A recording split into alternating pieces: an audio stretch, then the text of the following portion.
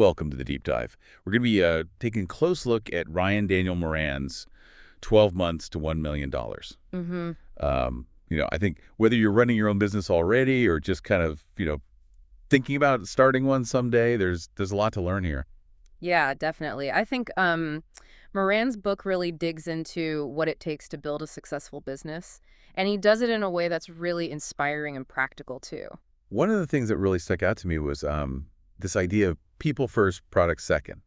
I mean, you always hear so much about finding that killer product idea, but Moran's kind of turning that whole idea on its head. Yeah, he's saying that knowing your target audience, that's even more important than the product itself, It's about finding a group of people who have a real need or a pain point, and then figuring out how you can help them, how you can serve them. So it's less about like inventing some brand new thing and more about just solving a problem that real people are actually having. Exactly. Like, he uses the example of Susie Batiz, and she's the creator of Poo Pourri. You might be thinking Poo Pourri. But what Batiz did that was so smart was that she found a specific target audience, women who were embarrassed by, bathroom odors, and then she made a product that solved their problem directly. She didn't try to make something for everybody. She focused on just solving one problem for a specific group of people. And, that laser focus helped her build a really successful brand. That's a great example. Mm-hmm. I think it's easy to get caught up in trying to appeal to like everyone, the masses, when it's maybe better to get really clear on who you're serving. Yeah, absolutely. And this kind of leads into another important point from the book, funding and launching your venture, Moran's kind of challenging that traditional idea that you need, tons of money to get started. Right. He's really big on self-funding and growing kind of step by step, and he uses Dollar Shave Club as an example.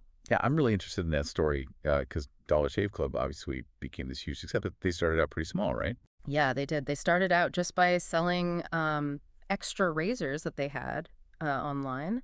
And then they used the money from those sales to slowly grow the business.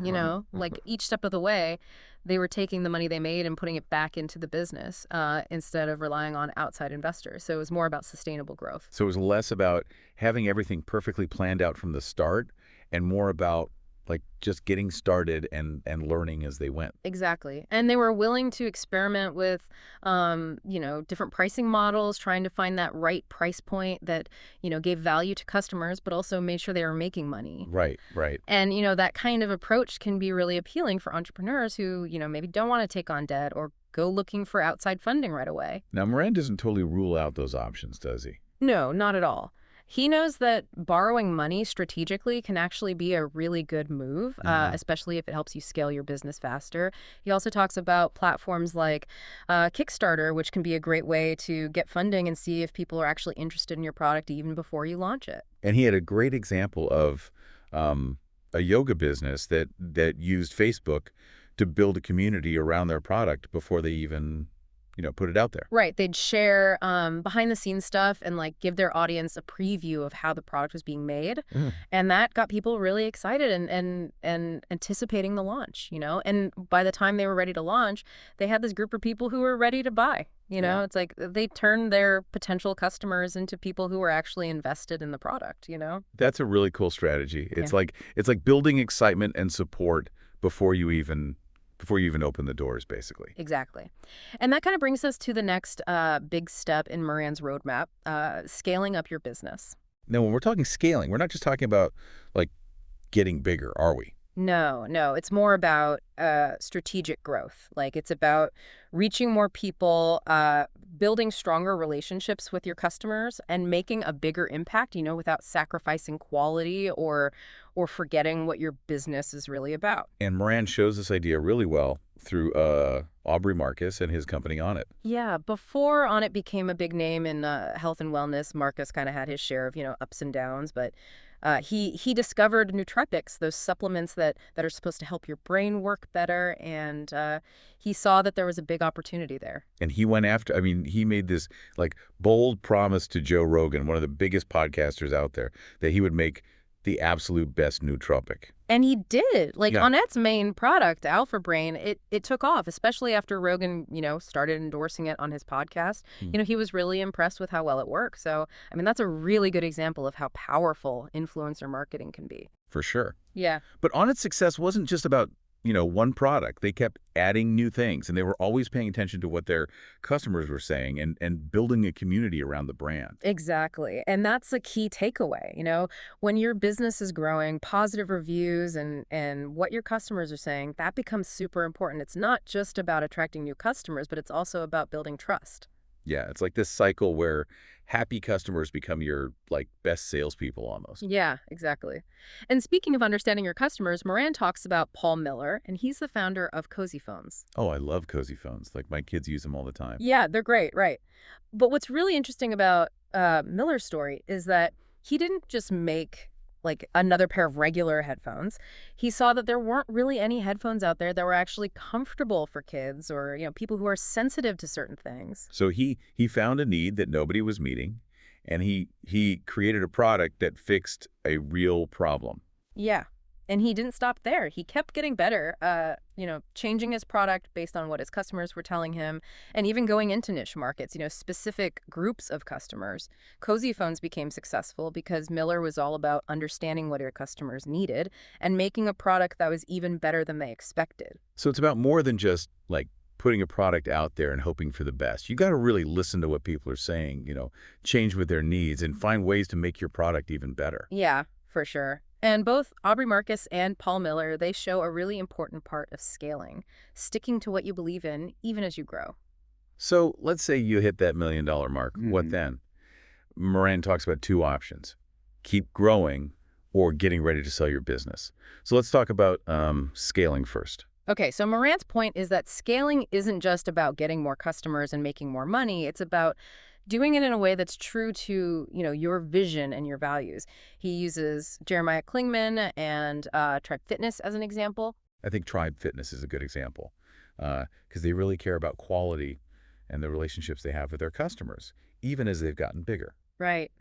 Klingman knew that keeping those high standards, even as the business grew, was really important. He also understood that scaling wasn't just about getting more customers. It was also about making the relationships they already had even stronger. He made sure to listen to his customers and used what they said to make his products better. And even as Tribe Fitness got bigger, it never lost that personal touch. And to make sure everything worked financially, he watched his margins really carefully, making sure that as his revenue went up, his costs didn't go up too much. So it's about growing smart, not just growing for the sake of it. Yeah, exactly. Klingman's story shows that scaling shouldn't make you lose what makes your business special. So, okay, let's talk about that other path, getting ready to sell your business. I think for some entrepreneurs, that can be kind of a hard thing to think about, but it can also be a really good move. Yeah, definitely. And Moran really stresses how important timing is, when it comes to selling your business. Like, if your business is hitting its sales goals consistently and you've built a solid foundation, then it might be the right time to consider it. Yeah, that makes sense. You want to make sure you're in a strong position when you sell. Exactly. You don't want to be doing it out of desperation. And just as important as timing is finding the right buyer. It's about finding someone who shares your vision, someone who understands what your company is really about and will keep those values going even after you're gone. Yeah, it's like passing on a legacy, right? Making sure your business is in good hands. That's a good way to put it. Like, you're finding someone who won't just, keep things running the way they are, but who will also, maybe even take the business to another level. Now, throughout this whole process, from that first idea to growing or selling, he's really big on the idea that, money isn't everything. He talks a lot about personal fulfillment, too.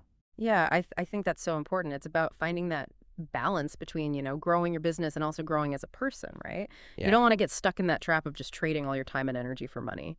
Because, real wealth is about more than just how much money you have in the bank. It's about creating a life you actually enjoy, both in your work and outside of it. Exactly. And, speaking of creating a life you enjoy, one of the things that really stuck with me from Moran's book was this idea of finding your unique ability.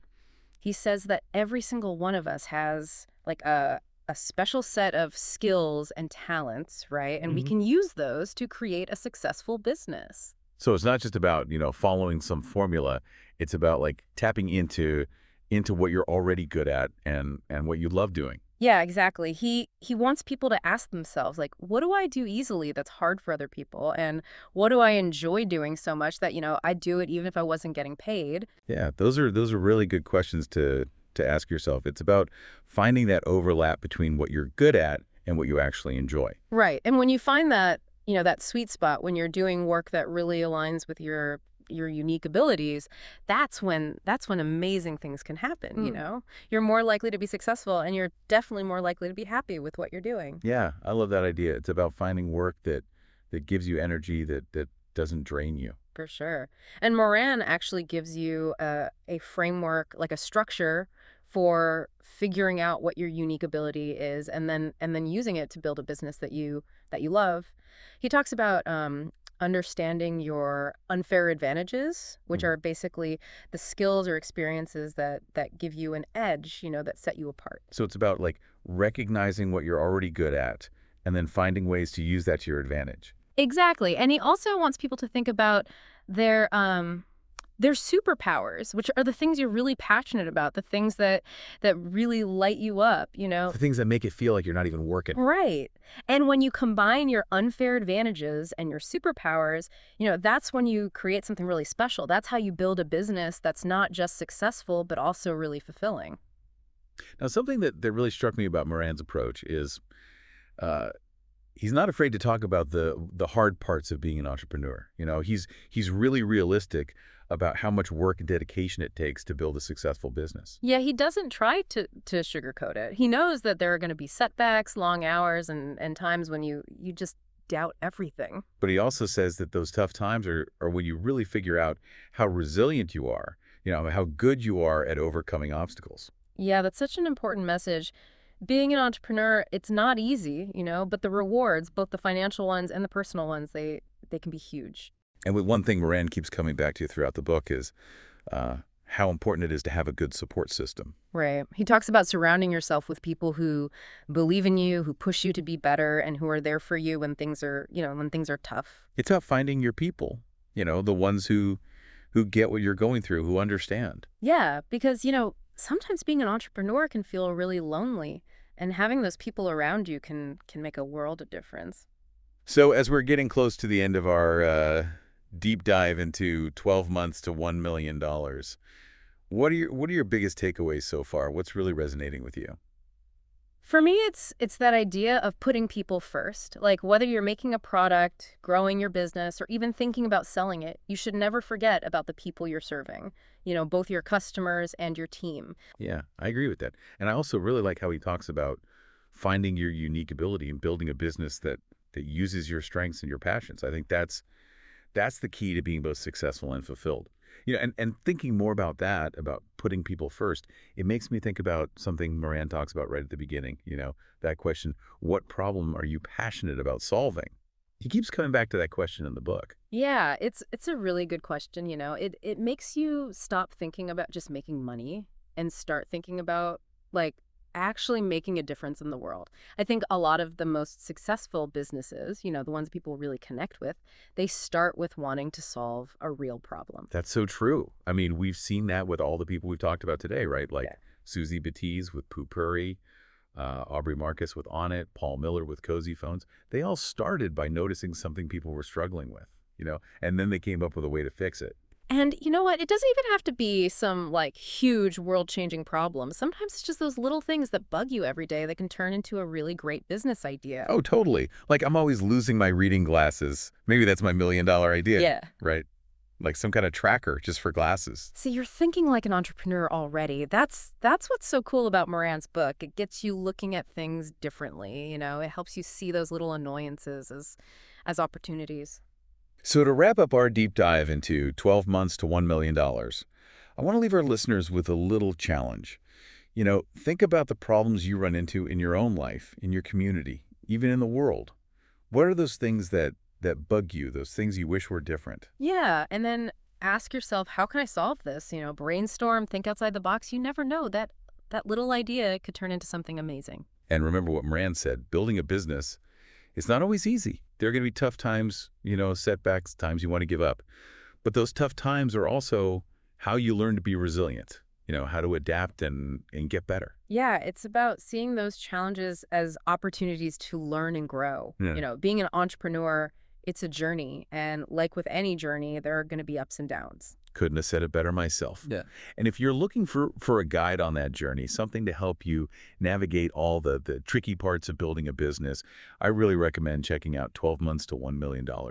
The things Ryan Daniel Moran talks about, the stories he shares, they could be just what you need to get started. Yeah, absolutely. Thanks for joining us for this deep dive, everyone. We hope you got some good stuff out of it and maybe even feel inspired to take that next step on your own journey. And remember, keep exploring, keep learning, and keep diving deep.